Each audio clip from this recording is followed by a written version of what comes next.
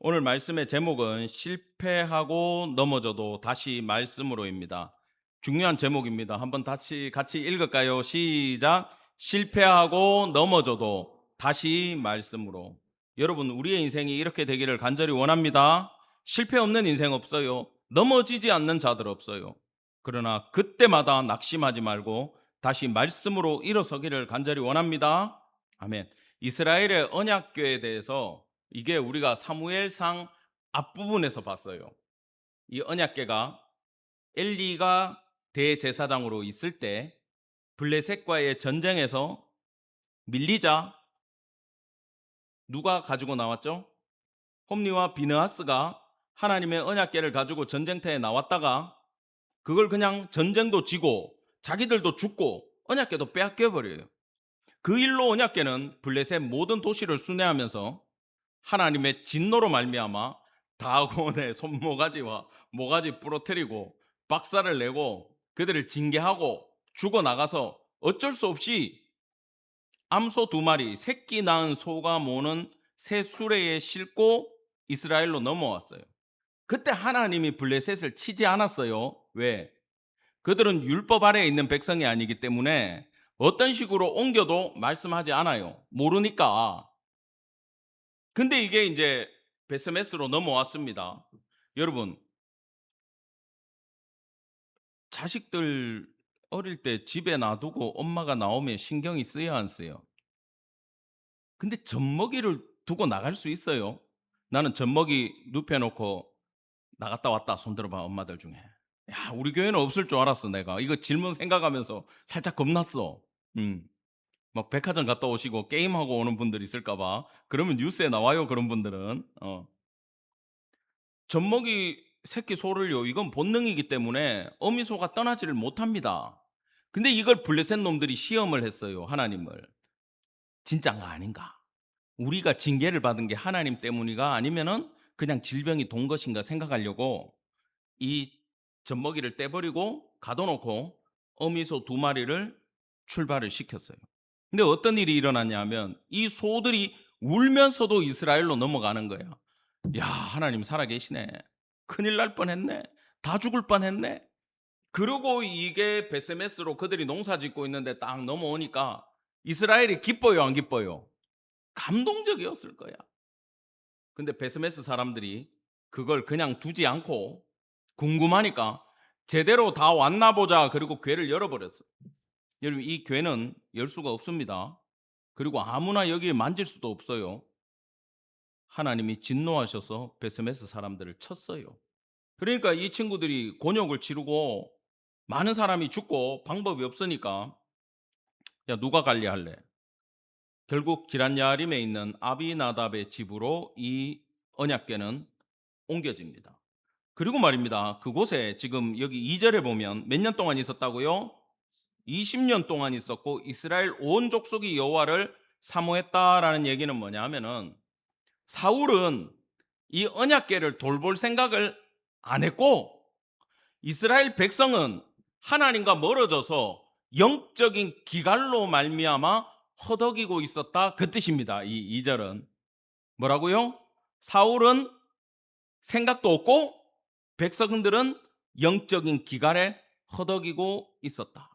이 20년 기간 동안 다윗이 기름 부음 받고 도망 다니고 망명하고 결국 이스라엘의 왕이 돼 가지고 자, 이제 지난주로 가셔야 돼요. 다윗이 왕이 되자마자 뭐 했다고요? 여부스를 쳐 가지고 예루살렘을 탈환해서 하나님 앞에 그 성 자체를 봉헌을 해 버렸어요. 그리고 이제 생각을 한 겁니다. 뭐라고 생각했느냐? 이제 이 성에다가 그러니까 다윗은 다 계획이 있었던 거야. 그리고 본문은 이렇게 넘어가요. 1절 다 같이 시작. 다윗이 이스라엘에서 뽑은 무리 3만 명을 다시 모으고 자, 왜 이렇게 3만 명이나 모았냐 하면은 그겁니다. 이거는 그 다윗이 생각을 했어. 야, 내가 이제 12지파의 왕이 됐는데 그 전까지 서로 칼 들고 싸웠어요, 안 싸웠어요? 싸우고 죽이고 난리를 쳤잖아. 원수지간이잖아. 방법이 없어가지고 블레셋한테 죽는 것보다 나으니까 다윗 앞에 가가지고 머리를 조아리고 한 형제 한 고륙입니다라고는 했는데 마음이 풀려요? 안 풀려요. 다윗이 생각을 했어요. 아, 우리가 어떻게 하나가 될 수 있을까? 옛날에는 우리가 모두 하나였는데 어쩌다가 이렇게 됐나? 맞아. 우리가 하나님을 떠났기 때문이야. 하나님 앞에 다시 돌아가야 돼. 그러면은 돌아가는 방법이 뭐였냐 하면은 그 당시의 제사, 우리로 말하면 예배였어요. 그래서 시온성에 하나님의 언약궤를 모시고 거기에서 온 백성들이 나와 하나님 앞에 예배를 드린다면 하나님으로 말미암아 이 12지파가 하나가 될 수 있겠구나. 그 생각을 다윗이 했던 겁니다. 여러분, 이 생각이 허황된 생각이에요? 아름다운 생각이에요? 아름다운 생각이죠. 동기가 순수하고 너무 아름다운 생각을 했어요. 그리고는 또 우리가 모인다면 지난주 블레셋이 쳐들어왔잖아요. 또 이놈들이 전쟁하는 줄 알고 쳐들어올 수 있으니 이를 그르치지 않기 위해서 군사들을 모으고 백성의 지도자들을 다시 모았다. 그 숫자가 3만 명이나 됐다라는 겁니다. 여기에는 족장들뿐만 아니라 누가 왔다고요? 군인들이 와서 경호까지 하고 있는 상황이었다라는 겁니다. 자, 2절은 이렇게 흘러갑니다. 다윗이 일어나 자기와 함께 있는 모든 사람과 더불어 바알레 유다로 가서 거기서 하나님의 궤를 메어오려 하니, 같이 읽겠어요. 시작. 그 궤는 그룹들 사이에 좌정하신 만군의 여호와의 이름으로 불리는 것이라. 아멘. 이 궤가 뭐라고요? 만군의 여호와의 이름으로 불린대요. 이건 지금 전제로 딱 던져요. 만군의 여호와의 궤면 함부로 만지면 돼요, 안 돼요? 열어보면 돼요, 안 돼요? 베스메스 사람들의 교훈이 있잖아요. 가장 높으신 분, 가장 강력한 분의 물건인데 그걸 어떻게 옮길지 지금 성경의 저자는 우리 보고 집중해서 보라는 겁니다. 근데 우리는 이미 성경에 지식이 있어가지고 사고가 납니까, 안 납니까? 우리가 읽은 본문에 사고가 났어요. 여러분, 아까 얘기했죠. 다윗이 선한 의도였어요, 나쁜 의도였어요? 선한 의도, 선한 동기로 출발해도 실패합니까, 안 합니까? 실패하죠. 우리의 생각이 아무리 옳아도 실패를 합니다. 그래서 오늘 본문은 특히 하나님의 일을 감당하고 신앙생활을 감당하고 가정을 이끌어가는 사람들이 잘 들으셔야 돼요. 하나님의 일을 하고 선한 동기로 예배를 드리고 주님 앞에 나와서 엎드려도 실패하고 넘어질 일은 있다 없다? 있다. 그때 어떻게 해야 되느냐? 이것을 오늘 본문은 우리에게 알려주고 있다라는 겁니다. 3절 보겠습니다. 다 같이 시작. 그들이 하나님의 궤를 새 수레에 싣고 산에 있는 아비나답의 집에서 나오는데 아비나답의 아들 우사와 아요가 그 새 수레를 모니라. 자, 지금 갑자기 이걸 어디다가 싣고 나온다고요? 수레. 여러분, 이 원래 우리는 뭐 창세기부터 다 공부하신 분들이잖아요. 하나님의 언약궤는 누가 매야 되죠? 제사장, 레위인 중에 고라 자손이 어깨에 메고 나와야 돼요. 하나님의 성물이에요. 근데 지금 어디에 싣고 왔다고요? 수레에 싣고 와요. 새 거는 준비했어. 깨끗한 거 준비했어. 새 차를 준비했어. 내 어깨로 메고 가야 되는 걸 수레에 실어버렸다라는 겁니다. 여러분, 하나님의 법도라는 것은 안 지키면 죽고 지키면 복받고 이 차원이 아니에요. 하나님이 왜 주일 예배를 허락하셨어요? 집에는 하나님 안 계신가? 길에는 하나님 안 계신가? 들에는 하나님 안 계신가요? 계세요. 근데 왜 주일날 교회 나오래요? 뭐 어떤 목사님은 막 여기가 성전이라 그러면서 엄청 거룩하게 하고 애들 뛰어다니면 난리를 치는데, 성전은 구약의 개념이고 우리는 어디입니까? 교회죠. 왜 주일날 하필이면 우리 모두를 교회에서 예배를 드리게 할까? 이거 생각해 보셔야 돼. 여러분, 하나님 살아계신 거 믿습니까? 그 하나님이 인간과 관계를 맺으실 때 하나님 눈에 안 보이니까 어떤 방법을 사용하세요.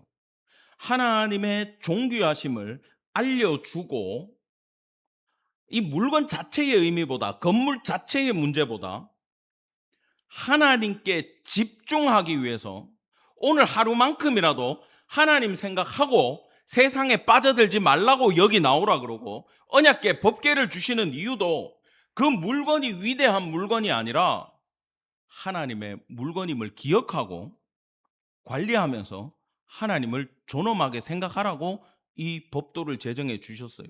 근데 그거에 대한 묵상이나 연구는 1도 없고, 블레셋에서 수레에 싣고 와가지고 갖다 줬으니 우리도 수레에 싣고 가자라는 거야. 왜? 사람들 모으기 번거로우니까. 지금 거기서 이 문제는 출발합니다. 그런데 말입니다, 더 근본적인 문제는 어디 나오냐 하면은 역대상 13장에 나와요. 이 배경이. 자, 보세요. 다윗이 누구와 의논했습니까? 천부장, 백부장, 모든 지휘관과 더불어 의논하고 2절에 회중에게 이르되 좋지, 좋아요. 사울 때 신경 안 썼어. 우리는 신경 써보자. 좋아요, 안 좋아요? 옳은 얘기야. 백성들이 충성시키는 대로 하겠습니다.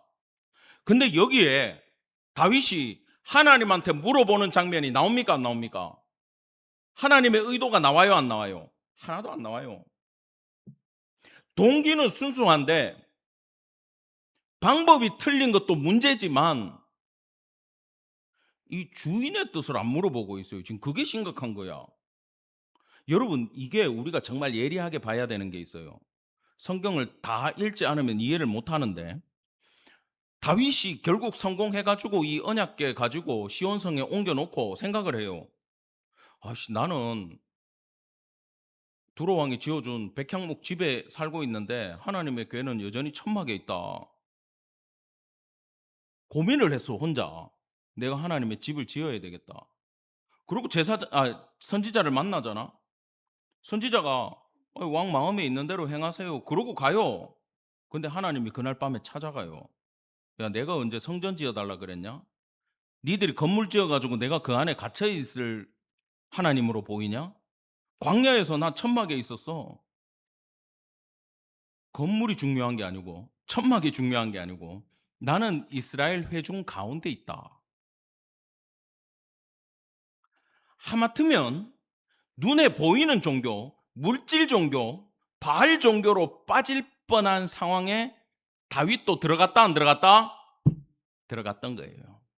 여러분, 그래서 성도의 모든 실패와 무너짐에는 하나님의 정말 깊은 사랑과 놀라운 뜻이 숨어 있음을 기억하기를 간절히 바랍니다. 단순히 제가 다윗이 기도 안 해서 그래, 이 이야기를 하는 게 아니에요. 기도 안 했다는 건 무슨 뜻이냐? 하나님의 지금 본심을 꿰뚫지 못하고 자기 혼자 선한 의도로 일을 출발을 시킨 게 문제다라는 겁니다. 자, 4절 5절입니다. 그들이 산에 있는 아비나답의 집에서 하나님의 궤를 싣고 나올 때에 아이오는 궤 앞에서 가고 다윗과 이스라엘 온 족속은 잣나무로 만든 여러 가지 악기와 수금과 비파와 소고와 양금과 재금으로 여호와 앞에서 연주하더라. 산에 있는 아비나답의 집이라면 생각을 합시다. 언약궤가 여기 높은 데 있어요. 다시 골짜기를 내려가서 시온산으로 올라가야 돼요. 근데 수레에다가 지금 뭐 우리 포터나 뭐 봉고에 싣고 와이어로 이렇게 묶어가지고 가면 안 흔들리겠지.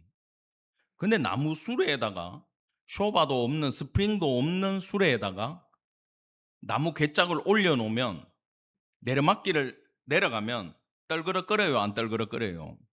당연히 흔들리죠. 당연히 흔들려요. 지금 어디서부터 잘못됐는지는 아시지만 계속 잘못된 길로 언약궤가 흘러가고 있습니다. 다윗은요, 근데 마음은 진심이야. 하나님 앞에 진짜 찬양하고 싶었어.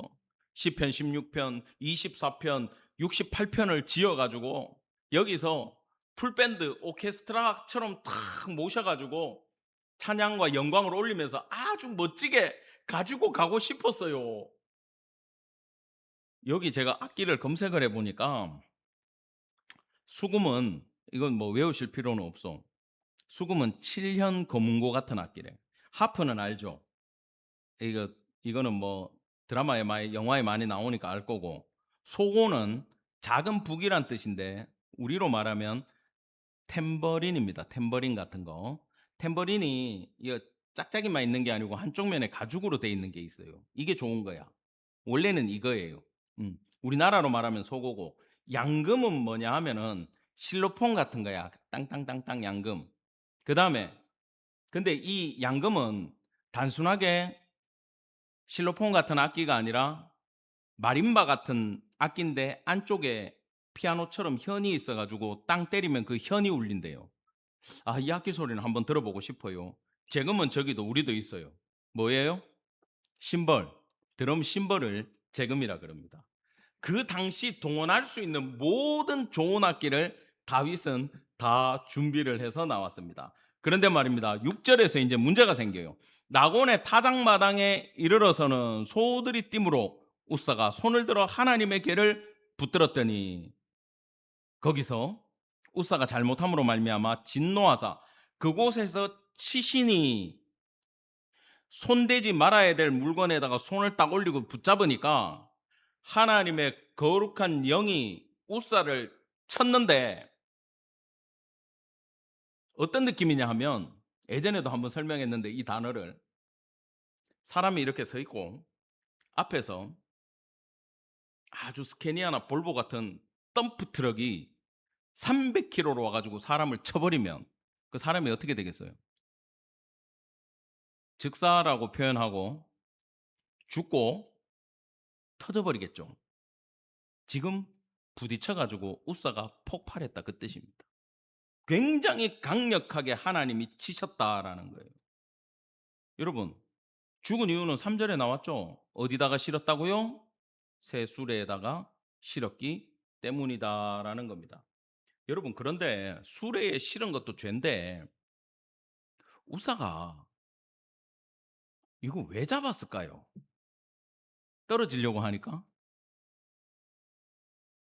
여러분, 아까 제가 상황 설명을 했죠. 내리막길 내려오는데 지금 타작마당 왔으면 평지예요. 덜그럭거린 거야. 그렇다고 그 무거운 괴가 금까지 발라놨는데 휙 하고 떨어질까? 떨어질 것 같다. 손 들어봐. 흔들리지만 떨어지진 않는다. 예. 귀찮아가 손 안 대는구나. 너무 뻔한 거 물어보니까. 모르는 거요? 안 떨어져요, 흔들려도. 근데 이 친구가 안 떨어지는데 이 거룩한 걸 왜 만졌을까요?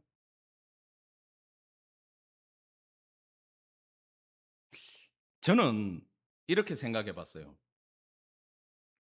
저도 지금 이걸 굉장히 깊게 묵상을 했거든요. 흔들렸어. 근데 이게 하나님의 건데 만질까? 안 만질까? 안 만지는 게 나아. 떨어질지언정. 하나님이 설마 떨어지게 두겠어, 그죠? 근데 덜컹하니까 잡는데, 요 직전에 여러분 분위기가 어떻습니까? 분위기가 죄송합니다. 요 직전에 분위기가 어때요? 흥분돼 있죠. 하나님 높인다고 많은 사람들이 나와가지고 악기 연주하고 찬양하고 있죠. 덜그럭거렸어요. 왜 붙잡았을까? 그렇지. 이 친구는 내 물건 관리하듯이 했어요. 우리 집에 오래 있었잖아. 대대로 지금 내려왔어요. 이게 아버지 할아버지 때부터 계속 보던 물건이야. 우리 집 갑오처럼 내려오는 물건인데 이걸 관리해 가지고 내가 내 갑오를 몰고 지금 왕 앞에까지 가야 되는데, 사람들 다 지켜보고 있고 영광을 올려드리고 있는데, 내가 이걸 잘 관리해야 되고 내 물건을 안전하게 배송을 해야 되는 거야. 택배 기사처럼. 이해되죠? 떨그럭거리니까 하나님의 존엄하심은 생각 안 하고, 아이고 이거 내 거 이거 떨어지면 안 되는데, 그러고 붙잡은 거야. 내가 봤을 때는. 왜냐하면 하나님이 수레에 실을 때까지 쳤어요, 안 쳤어요? 안 쳤잖아. 그때는 한참 끌고 내려올 때까지 하나님이 안 건드렸어. 아유, 이 무식한 것들, 그러고 안 건드렸어. 근데 여기서 쳐버리지. 왜? 따라합시다. 하나님은 동기를 보신다. 우쭐해 하면서 내 물건인 것처럼 하나님 위에서 자기가 이 물건을 지금 만지고 있었다라는 거예요. 사랑하는 성도 여러분, 율법에 나와 있습니다. 민수기 4장 15절에 그러나 성물은 만지지 말라 그들이 죽으리라. 지금 우사는 죽어도 할 말이 없어요. 근데 이미 우사와 아요는요 들어가지고 수레에 실었던 사람이에요. 그때는 안 죽였다니까. 그러면 왜 치시냐라는 거예요. 여러분, 저는 이 힌트를 사도행전에서 봐요. 아나니아와 삽비라가 죽죠. 같은 날. 왜 죽은지 기억하시죠? 헌금 때문에 죽었다 이러시면 안 돼요. 돈 떼먹어서 죽었다 이러시면 안 돼요. 여러분, 내가 드려야 되는 헌금이 한 달에 여러분들 좀 많이 버니까 한 80만 원 정도 되는데 이번 달에 애 학비 나가야 돼가지고 내가 80만 원 다 못 드리고 좀 떼먹었어. 하나님 죽일까? 안 죽여요. 근데 아나니아와 삽비라는 똑같은 일이잖아. 밥 팔아가지고 다 드려야 되는데 다 드리고 나면 나 먹고 살 거 없는데 나 좀 갖고 있고 아이고 팔린 돈 이거밖에 없어요. 이거라도 드릴게요. 이것도 얼마나 귀해. 근데 하나님이 죽여버리거든. 거짓말해서 베드로한테 거짓말해서 베드로 뒤에 있는 하나님 앞에 거짓말해서 그 연약함을 안 봐주시고 여러분 이 문제 해결 안 되면 하나님 앞에 사실 제대로 못 나갑니다. 여러분 이건 이런 배경을 가지고 있어요. 초대교회 성도들은요 예수 믿는 것 때문에 지금 밥 먹고 살 수 없어요 대부분이. 그래서 재산을 가지고 있던 사람들이 자기의 집과 땅을 팔아가지고 그걸 헌금을 해서 성도들을 먹이던 그런 상황이었어요. 그걸 누가 먼저 봉헌했느냐? 바나바가 봉헌했어. 그 사람은 위대한 신앙인이야. 소유가 필요가 없어. 주님으로 살 수 있는 분이요. 부자야. 팔아가지고 다 드렸어요. 그러니까 사람들이 베드로한테 칭찬도 듣고 동역자 소리도 듣고 사람들이 막 우러러보니까 아나니아와 삽비라도 야 우리도 헌금해가지고 저 종기를 한번 같이 받아보자. 같은 급에서 놀아보자. 지금 그 생각을 한 거야. 거기서부터 잘못됐어요. 아시겠어요? 바나바가 위대한 건 맞는데 돈을 낸다고 바나바가 될 수는 없었어. 아나니아와 삽비라는요. 근데 그 급으로 사람들 앞에 보이고 싶어서 잘못된 동기에서 재산을 팔고 속이고 사람들 앞에 실제로는 누구 앞에? 하나님 앞에 거짓말을 하기 시작했던 거예요. 동기가 중요한 거예요. 결국은 하나님을 속인 것이고 그것이 초대교회가 하나님 앞에 바로 서서 참된 예배와 경배로 나아가며 하나님의 놀라운 성령의 축복을 받고 있는 상황에서 요 사울의 범죄, 우사와 아요의 범죄, 다윗의 실수가 그대로 아나니아와 삽비라 안에 들어온 거예요. 그 동기 때문에 이들은 심판을 받았다라는 겁니다. 사랑하는 성도 여러분, 또 이 문제는 뭘 가지고 있냐면 총책임자 다윗과 레위인 전체의 문제였어요. 당연히 어깨로 매야 됐습니다. 근데 블레셋에 올 때 그대로 가지고 가면 될 거라고 하나님의 말씀을 생각하지 않았어요. 사랑하는 성도 여러분, 수레라는 물건은요, 인류가 만들어낸 바퀴는 놀라운 발명품입니다. 그죠? 효율을 극대화할 수 있어요. 우리 교회에도 수레가 2대나 있어요. 얼마나 좋아. 무거운 짐 실을 때 딱 끌고 가면 혼자서 할 수 있어. 놀라운 물건이 수레입니다. 트럭 같은 거는 너무 효율적이고 편리한 도구지만 하나님의 법궤, 하나님의 언약궤를 옮길 때만큼은 하나님의 법대로 행했어야 된다라는 거예요. 여러분, 우리가 우리 예배를 이 관점에서 다시 한번 생각해 보기를 바랍니다. 예배요. 저는요, 새신자 왔을 때 일어서서 찬양하라 그럴 때, 야, 좀 인간적으로 미안함이 있어, 없어?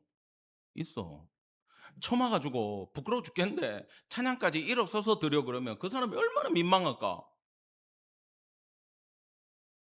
근데 우리는 이렇게 비효율적으로, 비인간적으로 왜 일어서라 그래요? 받는 분이 누굽니까? 하나님이죠. 그러면 우리가 전심을 다해도 하나님 받으실까 말까 한데, 하나님 앞에 나아가면서 건방지게 이렇게 뒤로 딱 제껴 가지고 받든지 말든지 이렇게 찬양 드려 가지고 제대로 드리겠어요? 아까 우리 집사님 문드라 머리 들어라 할 때, 이 오늘 배경이 문드라 머리 들어라 시편 24편입니다. 음. 언약궤 탁 들어올 때, 지금 말고 이제 성공할 때, 진짜 시온성 앞에 왔어.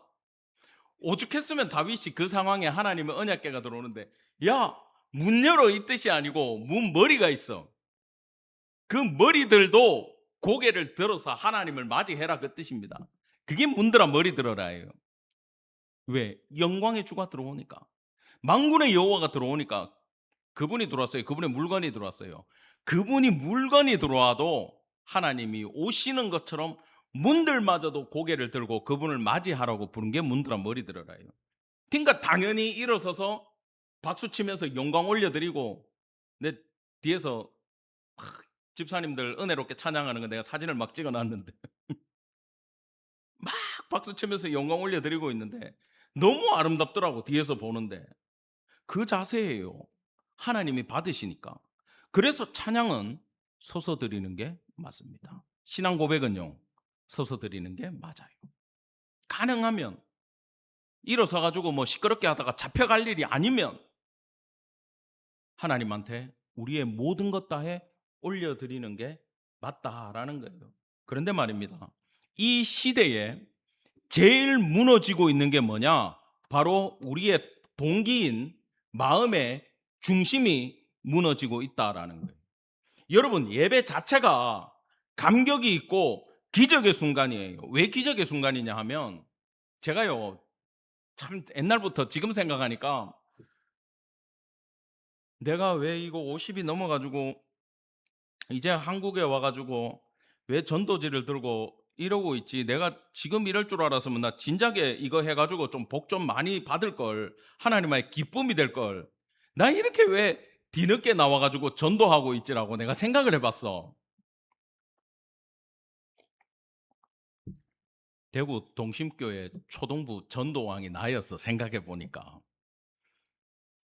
집사님이 1년 동안 전도 제일 많이 해가지고 나 금반지 끼워주셨어, 부장 집사님이.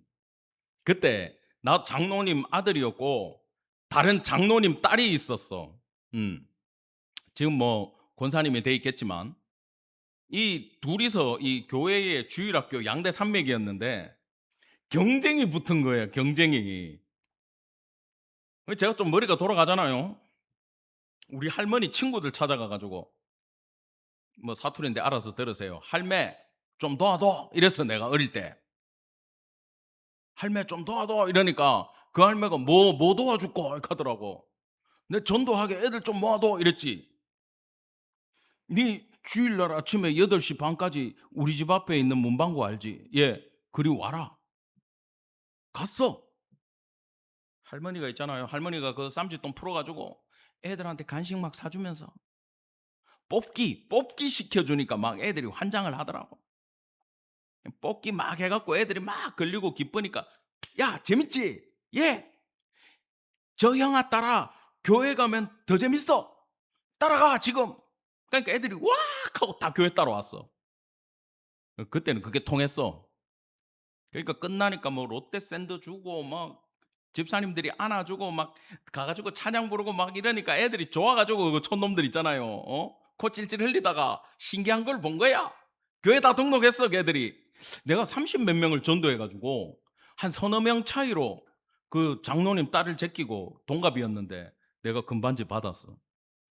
근데 그게, 나는 뭐 로비와 이 온갖 방법을 동원해가지고 그 반지가 탐이 나갖고 난 사실 했어요. 근데 하나님이 그걸 보셨나 봐. 네 그래 잘하던 전도 이제 목사 돼갖고 한번 해봐라. 힘들어 안 힘들어? 아 힘들어. 하루에 10,000보 15,000보 걸어봐요, 길에 다니면서. 근데 엄청 재밌어요, 해보면. 어르신들 만나가지고 대화하는 게 그렇게 재밌는지 몰랐어. 그런데 내가 지금 하고 싶은 얘기에서 너무 많이 빠져나가서 죄송한데, 이 마음의 중심이라는 거, 그 전도를 해가지고요, 내가 중고등학교 때 전도를 하면서 느낀 게 있어. 친구야, 정말 사랑하는 친구야. 복음을 전하고 교회 가자, 예수 믿자. 그 걔가 믿겠대. 같이 기도까지 했어. 주일날 8시 반에 집 앞에서 만나기로 했는데 안 와. 내가 그걸 굉장히 많이 겪어봤어요. 나중에 만나보면요, 갑자기 배가 아파가지고 떼굴떼굴 구르고 갑자기 집에 사고가 나고 이런 일들이 엄청나게 생겼더라고. 아, 왜 이럴까? 그때는 뭔지 몰랐어. 여러분, 영적인 방해가 있을까 없을까? 있어요. 기도 많이 하셔야 되는 거야.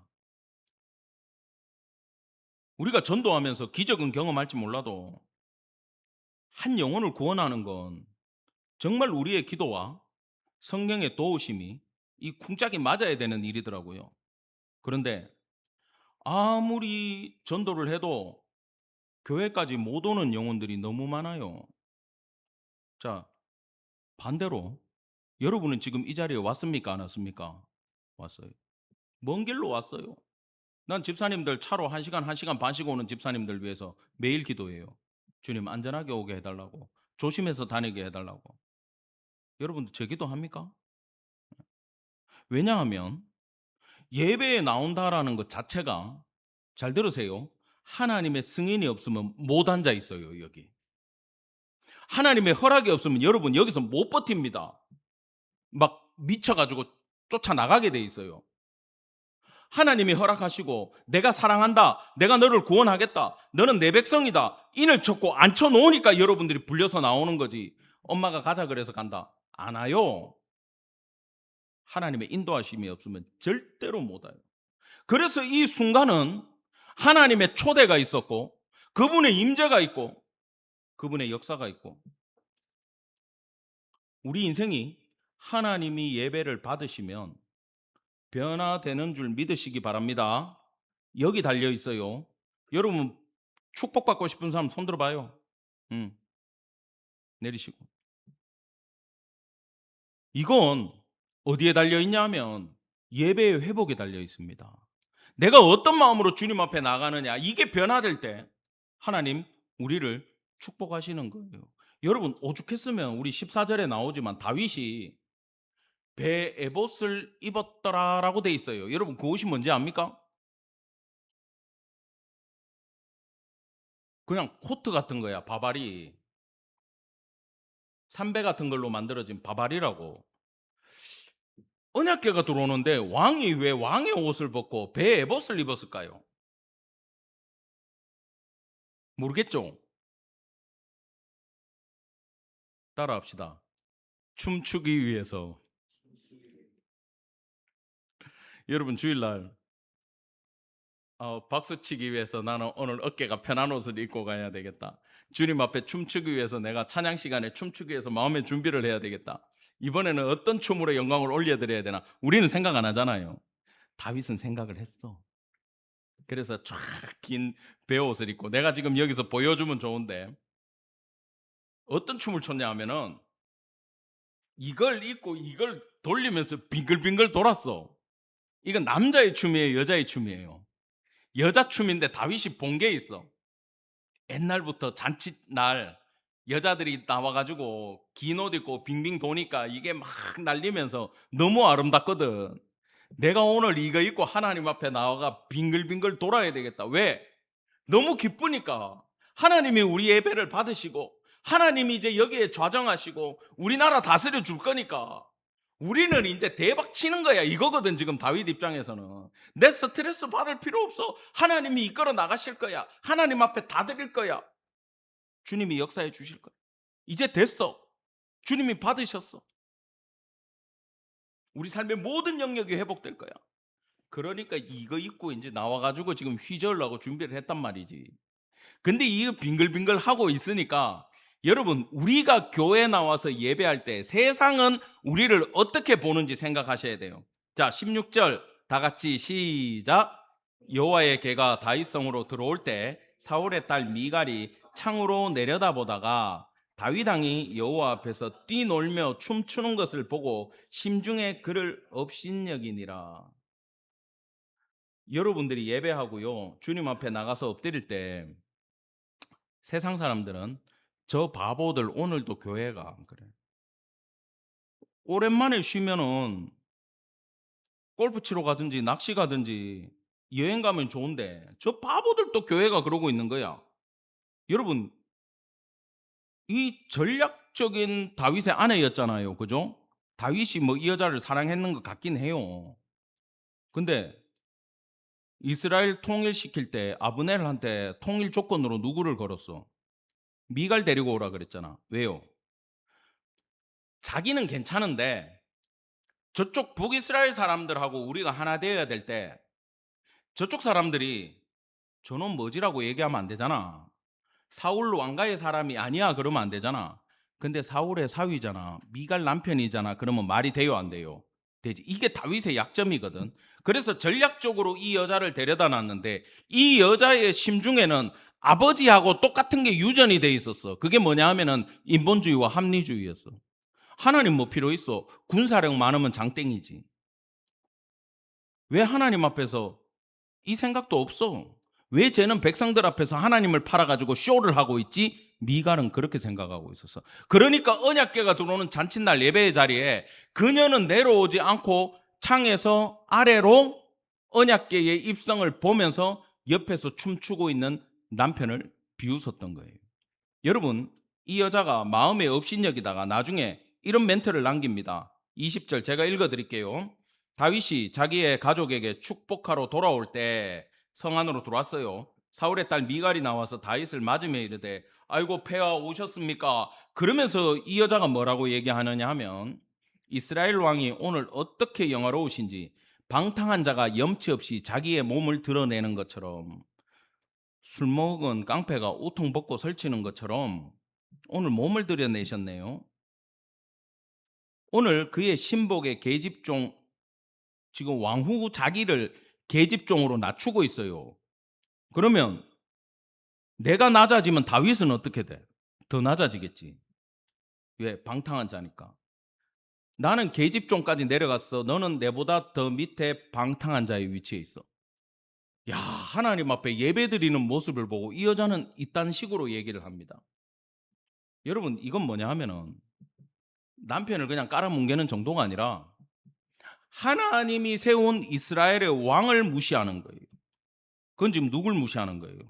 그를 세우신 하나님을 무시하고 있는 거예요. 성도를 무시하면 하나님이 무시당하는 거예요. 그렇다고 나는 무시당하면 안 돼. 이게 아니라 세상은 이렇게 무시해요. 그러니까 하나님의 심판을 받지.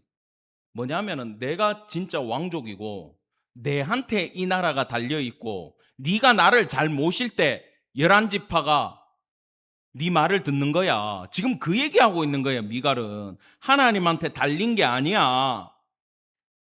여러분, 사울이 폐위됐던 이유가 이거예요. 여전히 동일하게 하나님을 멸시하면서 그녀가 버림을 받게 됩니다. 여러분, 이게 무슨 뜻이냐면요, 다윗은 전략적으로 미갈을 아내로 데리고 와서 11지파를 흡수하기 위해서 앉혀놨으나 이것이 하나님의 눈에는 옳지 않아요. 나는 다윗 너를 통해서, 다윗 언약을 통해서 예수 그리스도가 오게 만들 건데 이 족보에 미갈은 합당하지 않다.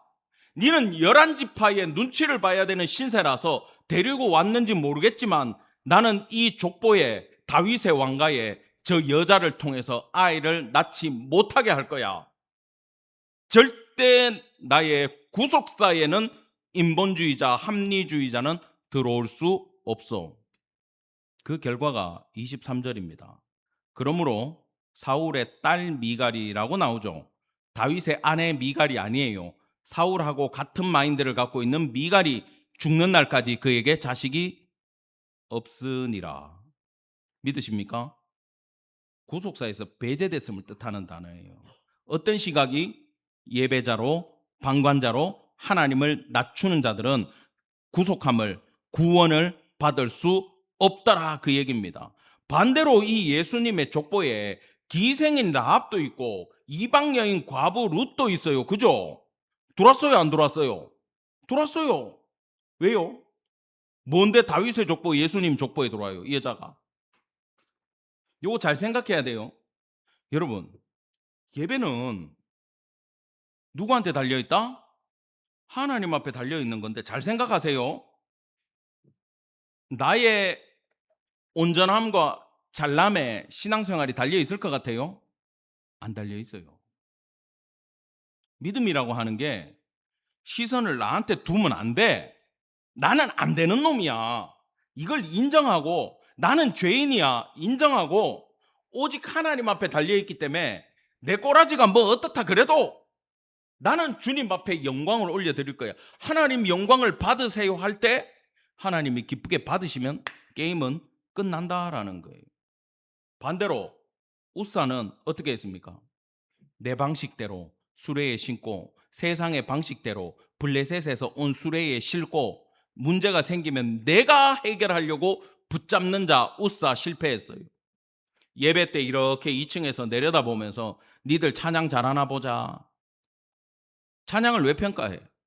연주 잘하나 보자. 네가 왜 평가해? 네가 드려야지. 네 목소리로 영광을 올려드리라고. 네 박수로 영광을 올려드리라고. 하나님은 이렇게 하시는데 예배팀 잘하나 보자. 목사 설교 잘하나 보자. 얼마나 짧게 하나 보자. 나는 어제 재직고 와가지고 오늘 예배자로 자격이 없어.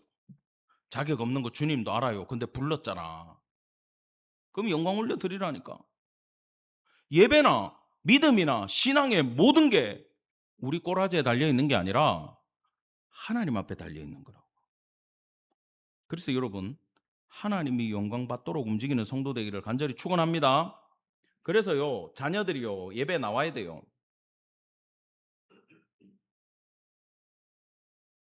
사안에서부터, 그죠? 신앙생활 해오신 분들 알지만 주일 나대배 때 요즘 그게 좋은 이름이 나왔어.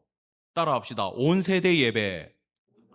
야, 이름 잘 짓는 사람들 정말 잘 지어. 온 세대가 주일 낮에 예배 같이 드려야 돼. 주일학교 가가 율동을 하더라도 온 세대 예배 애들이 참석해야 돼. 학생의 모임을 따로 하더라도 온 세대 예배 참석해야 돼. 왜? 예배는 온 세대가 함께 드리는 거니까. 왜? 받으시는 분이 하나님이니까. 여기서 더 보면요, 어른들이 우리 엄마가 예배 드리는 걸 자녀가 봐요, 안 봐요? 봐요. 근데 엄마가 맨날 교회 가가 사탕 먹다가 잠들고 막 머리 쳐박고 이렇게 하고 있으면 애는 뭐라 그래요? 자도 되는갑다. 이 예배 시간에 코 고는 사람까지 있어. 그죠? 우리 교회는 없어. 나는 저기 심각한 분을 봤는데 예배 시간에 뒤에 앉아가지고 양반다리 해가지고 발가락 사이에 때 빼고 있더라고. 확 그냥 던지고 싶더만. 물론 우리 교회가 아니라 가지고 내가 함부로 못했어요. 누구한테 달려 있어? 하나님 앞에 달려 있어요. 그래서 부모가 예배 드리는 모습을 그대로 보고 배웁니다. 특별히 좋은 옷 입으라고 또 얘기하면 여보 나 예배 때 입어야 되니까 양복 사줘 이러는 분들이 있으니까 얘기를 안 할래요. 그건 중요하지 않아.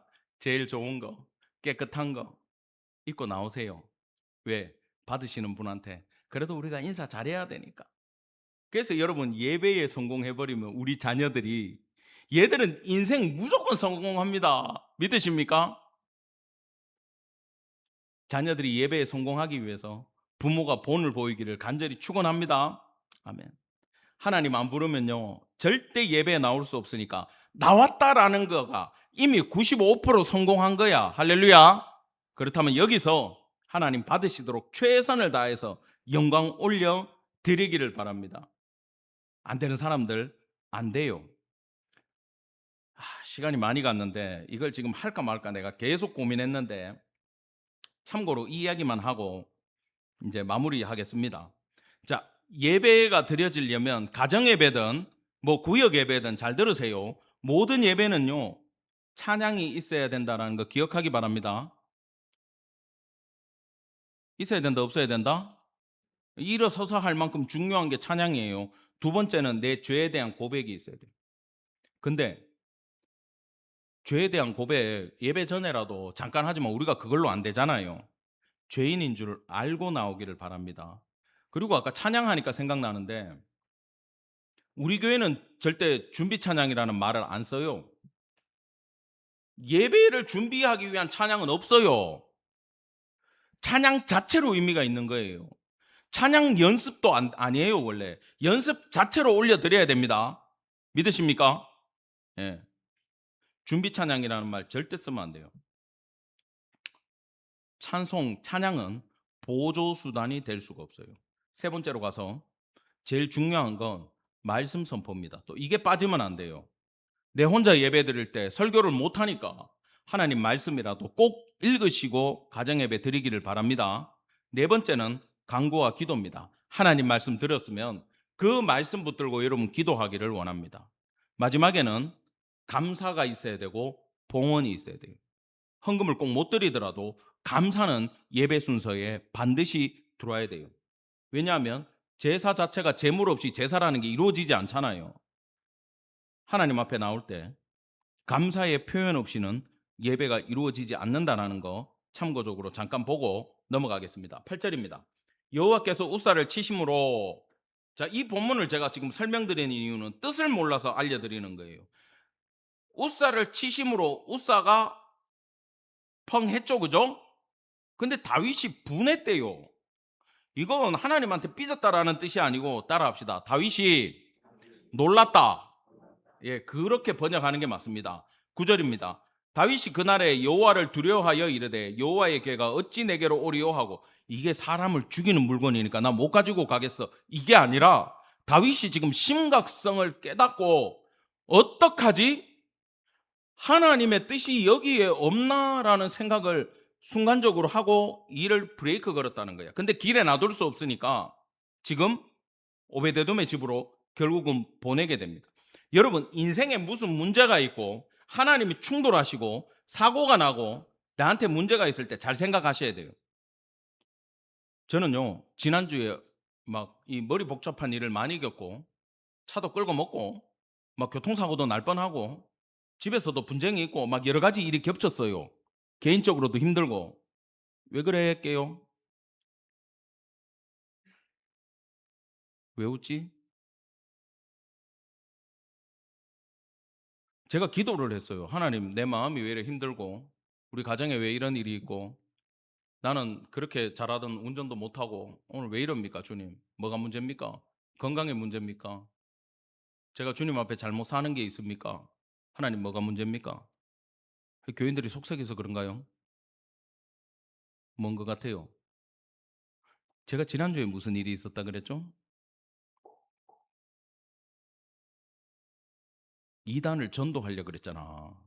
하나님의 교회 장길자 패거리를 만나가지고 그 지역에서 쫓아내고 설득하고 가르쳐주고 다시 말씀으로 돌이키라고 선포를 하고 왔잖아요. 하나님 기뻤을까 안 기뻤을까? 기뻤겠지. 그거 지켜보던 목사님들한테도 엄청 칭찬 들었어. 우리 리더 목사님께서도 잘했다고, 좋은 방법이라고, 그 자리 뺏어야 된다고 칭찬 들었어. 근데 내한테는 왜 이런 문제가 생기지? 이렇게 있잖아요. 선한 의도로 뭘 했을 때 사고가 딱 나면, 그때 집사님 그런 얘기 했잖아요. 차에 돌멩이가 날아와가지고 유리를 깼는데 떼우고 나니까 또 깨지고 또 날아오더라고. 그때 집사님은 무슨 생각했다 그랬죠? 아, 기도해야 되겠다, 더 하나님 붙들어야 되겠다, 이 싸움에서 분노하고 지면 안 되겠다, 그 생각하셨다 그랬어요, 나한테. 제가 동일한 생각을 했어요. 내가 이단과 싸우고 하나님께 합당한 행위를 하니 사탄이 나를 힘들게 하는구나. 나는 확정을 얻었어. 그래서 내가 두려워하거나 걱정하지 아니하고 더 정면으로 부딪히고 더 열심히 전도를 해버렸어요. 넘어서더라고, 그 마음이. 다 회복되더라고. 여러분 아셔야 됩니다. 문제가 생겼을 때 성령님께 물어보기를 간절히 축원합니다. 성령이 함께 하시면서 우리를 붙들고 계시고 알려주세요 물어보면, 다윗이 지금 그 시간이 필요했던 거예요. 하나님의 징계인지 나를 시험하는 건지 사탄이 유혹하는 건지 공격하는 건지, 이걸 분별하기 위해서 기도하면서 여호와를 두려워했다, 그 뜻입니다. 10절입니다.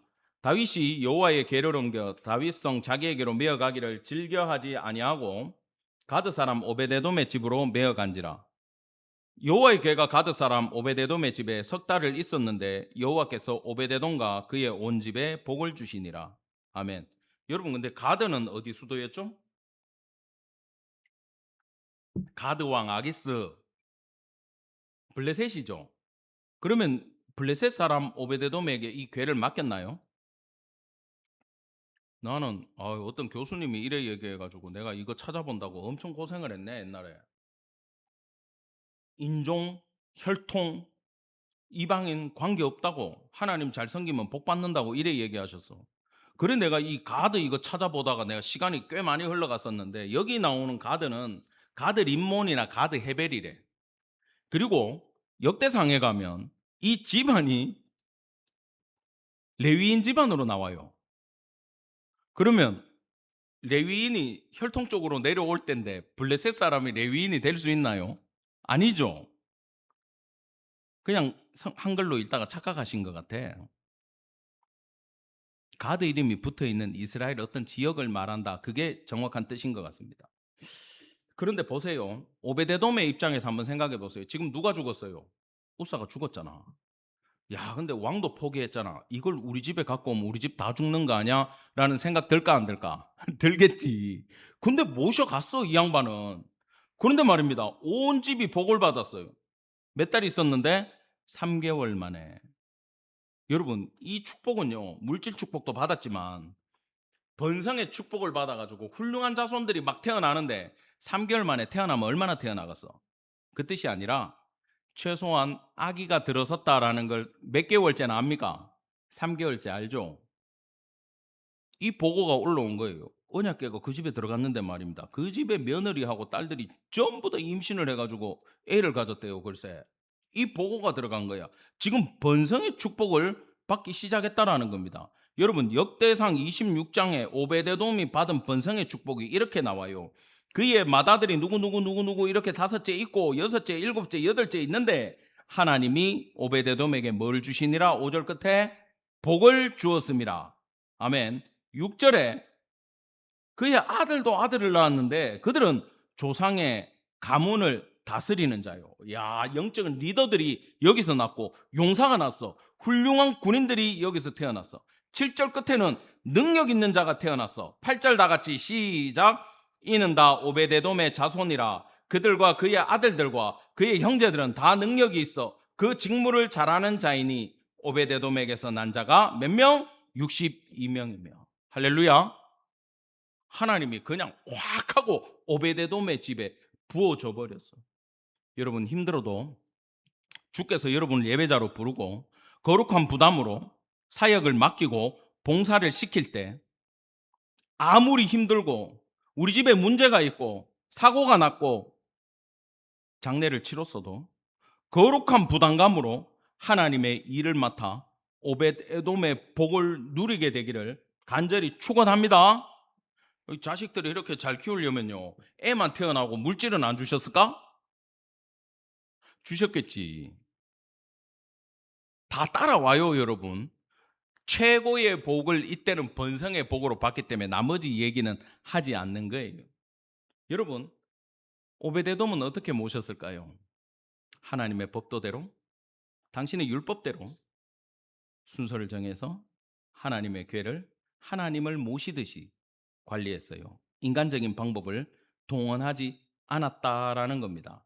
자, 12절 같이 읽겠습니다. 시작. 어떤 사람이 다윗 왕에게 아뢰어 이르되 여호와께서 하나님의 궤로 말미암아 오베데돔의 진과 그의 모든 소유에 복을 주셨다 한지라. 다윗이 가서 하나님의 궤를 기쁨으로 메고 오베데돔의 집에서 다윗성으로 올라갈세. 알았어 이제. 야, 하나님의 말씀대로 안 해서 우사를 치신 거지 가지고 가는데 하나님의 뜻이 없는 건 아니야. 오베데돔의 집이 복을 받잖아. 여러분, 요 사이에 다윗이 율법 공부하고 기도하고 오베데돔의 집을 보면서 관찰을 하고 있었다라는 거예요. 그게 역대상 15장에 기록이 되어 있어요. 제가 읽어드리겠습니다.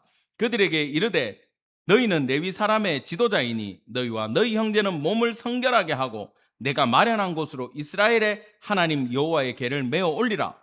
전에는 너희가 매지 아니하였으므로. 공부했어요, 안 했어요? 했어요. 우리 하나님 여호와께서 우리를 찢으셨으니 박살났죠, 우사가. 이는 우리가 규례대로 그에게 구하지 아니하였음이라 하니.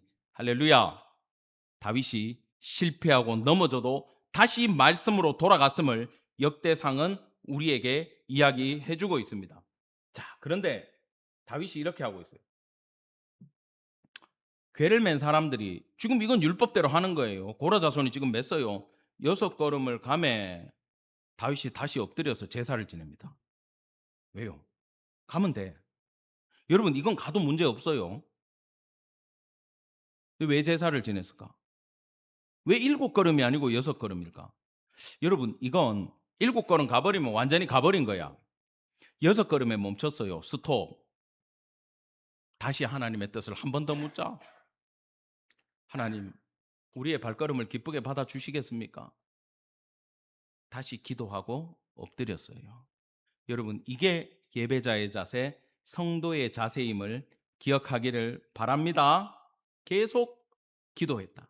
이게 여러분, 기도가 중요한 게, 왜 교회에서 기도를 강요하나 하면은, 아이 뭐 교회 나가는 거 당연하지, 뭐 예배 드리는 거 당연하지, 뭐 당연한데 하나님의 마음 알게 되기를 간절히 축원합니다.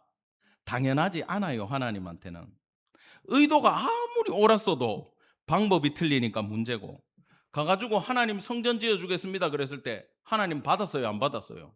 나는 안 받아. 여러분, 피를 많이 흘려서 맞아요. 솔로몬 여디디야 그를 세우기 위해서 그에게 받는다, 맞아요. 더 큰 건 다윗에게 있어서는 받지 않음이 축복이었음을 기억하기 바랍니다. 대신 뭘 줬어요? 다윗 언약을 줬지. 내가 너의 집을 지어줄게. 할렐루야. 이 언약을 받아버렸어. 하나님, 나는 집 필요 없다 이놈아. 내가 네 집 지어줄게. 여러분, 그게 뭔지 아세요? 다윗아, 너 왜 언약궤 쭉 잡고 끌고 가는지 내가 안다. 왕하기 힘들지. 아무도 너 안 따라오지. 내가 가서 해줄게. 너는, 네 약점은 네가 유다 지파고 나머지 지파의 마음을 얻지 못했잖아. 그래서 너는 내가 싫어하는 그 미갈 끝까지 데리고 왔잖아. 근데 나는 미갈은 필요 없다 아들아. 내가 네 나라 책임져 주고 네 나라를 예전에 사울 나라처럼 버리거나 내가 떠나지 않고 니들이 잘못해도 혼내가면서라도 내가 끝까지 함께해서 영원토록 너와 네 후손들과 내가 함께 해줄게. 다윗의 그 연약한 약점을 하나님이 아시고 승인해 주는 장면이에요. 그래서 여러분, 기도가 중요해요. 이 마음을 알아야 돼. 끌고 가고 법대로 하고가 중요한 게 아니라 하나님 마음을 알아야 된다고. 그래서 기도 끝까지 하는 성도 되기를 간절히 축원합니다. 예? 우리가 판단해서는 안 돼요. 하나님한테 물어봐야 돼요. 자, 14절은 건너뛰겠습니다. 15절만 읽겠습니다. 시작. 다윗과 온 이스라엘 족속이 즐거이 환호하며 나팔을 불고 여호와의 궤를 메어오니라. 아멘. 문들아 머리 들어라. 들릴지어다 영원한 문들아. 영광의 왕 들어가시니. 그 찬양을 다윗이 부르면서 하나님의 궤를 하나님의 성으로 들어가는 일에 여러분 성공했음을 우리 또한 지금 박수로 한번 환영해 드릴까요? 주님 감사합니다. 말씀을 맺겠습니다. 하나님의 일 하다가 실패할 수 있어요. 사고 날 수 있어요. 그러나 성도는 무너지지 않습니다. 그 넘어진 그 자리에서 다시 말씀으로 돌아가 말씀 붙들고 다시 일어나서 예배에 성공하는 성도 되기를 간절히 축원합니다. 반대로 실패자들을 잘 연구해야 돼요.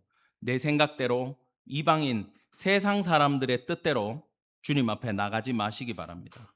혹은 방관자로 하나님의 예배를 판단하지 마시기 바랍니다. 우리 스스로가 연약한 죄인이라도 예배자가 돼서 나가야 된다라는 거예요. 그래서